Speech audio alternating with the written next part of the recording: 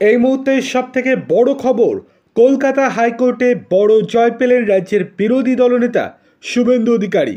রাজ্য সরকারকে ধাক্কা দিয়ে বিচারপতি অমৃতা সিনহা জানালেন, রাজ্যপাল অনুমতি দিলে বিরোধী দলনেতা ভোট পরবর্তী হিংসায় আক্রান্তদের নিয়ে রাজভবনে ঢুকতে পারবেন। সেক্ষেত্রে কজন এবং কটি গাড়ি রাজভবনে ঢুকবে বা ঢুকবেন তা আগে থেকে পুলিশকে জানাতে হবে বলে নির্দেশ দিয়েছেন বিচারপতি।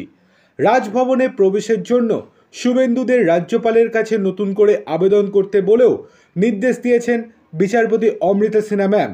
এবং হাইকোর্টের এই নির্দেশের পর যে বড় সড়ো স্বস্তি পেয়ে গেলেন শুভেন্দু অধিকারী, সেটা বলার অপেক্ষা রাখে না। কেননা যে দাবি নিয়ে তিনি হাইকোর্টে গিয়েছিলেন সেই দাবি এবার সফল হলো।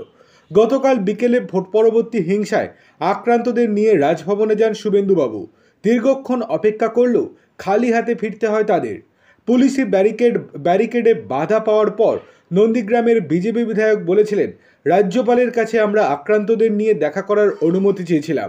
ওনার অফিস থেকে আমার সচিবকে বলা হয় রাজ্যপাল আক্রান্তদের সঙ্গে দেখা করবেন। মমতার পুলিশ, মমতার ভৃত্য বিনীত গোয়েলের নেতৃত্বে চতুর্দিকে ব্যারিকেড করে রাস্তা বন্ধ করে দেওয়া হয়েছে।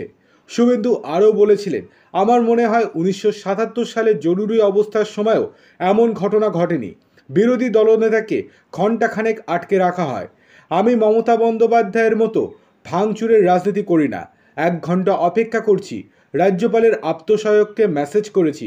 রাজভবনের তরফ থেকে জানানো হয়েছিল রাজভবনের বাইরে রাস্তা পুলিশের দায়িত্বে রয়েছে। রাজ্যপালের আপ্তসহায়ক জানিয়েছেন রাজ্যপাল স্বরাষ্ট্র সচিব এবং মুখ্য সচিবের কাছে রিপোর্ট চেয়েছেন, এবং তাতেও কোনো রকম সমস্যার সমাধান না হওয়ায় আজকে হাইকোর্টের দ্বারস্থ হয়েছিলেন শুভেন্দুবাবু, এবং সেখানেই বড়সড় জয় পেলেন তিনি।